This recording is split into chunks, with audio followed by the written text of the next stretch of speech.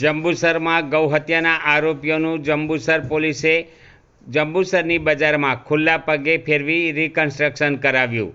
જંબુસરના ખારાકુવા વિસ્તારમાંથી મળી આવ્યો હતો ગૌમાંસનો જથ્થો.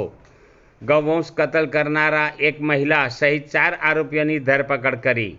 બાતમીના આધારે રેડ કરતાં 135 કિલો જેટલો ગૌમાંસનો જથ્થો ઝડપાયો હતો.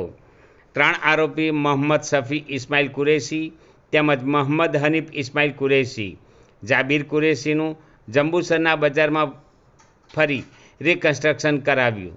જંબુસર પોલીસે કાયદાનું ભાન કરાવ્યું હતું. ખાતુન ઉર્ફે ખેરૂન નામની મહિલાની પણ ગૌહત્યાના ગુનામાં ધરપકડ કરી. જંબુસર પોલીસે વોન્ટેડ એક આરોપીની શોધખોળ શરૂ કરી હતી. જંબુસર પોલીસે ભારતીય ન્યાય સંહિતા, ગુજરાત પ્રાણી સંરક્ષણ અધિનિયમ હેઠળ પ્રાણી ક્રૂરતા નિવારણ અધિનિયમની સંબંધિત કલમો હેઠળ ગુનો નોંધી આગળની વધુ તપાસ હાથ ધરી હતી.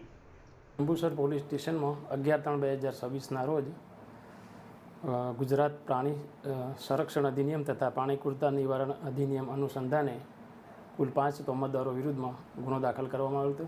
આ ગુનામાં કુલ 135 કિલો ગૌમાંસનો જથ્થો પકડેલો હતો તથા બીજા ફ્રીજ અને બીજા વગેરે સાધનો મળી 33,000 ઉપરાંતનો મુદ્દામાલ પોલીસ દ્વારા પકડવામાં આવેલો હતો.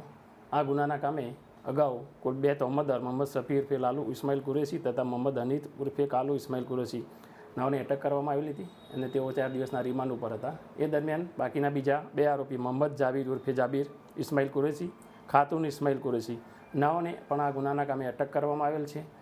આ ઉપરાંત આ ગુનાના કામે શબ્બીર ગુલામ પોપલા જેવો નાસ્તો પડતો આરોપી છે તેને પણ પકડવાની કામગીરી હાલમાં ચાલુ છે.